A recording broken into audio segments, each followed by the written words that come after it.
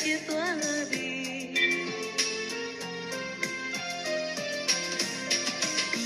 ချိုးလဲဟုတ်တယ်ချင်ချိုးလဲဟုတ်မယ်မချင်ရွေရုံးသစ္စာကိုကံမကုန်အာယုံနဲ့ပြောကောင်းတော့ရွေ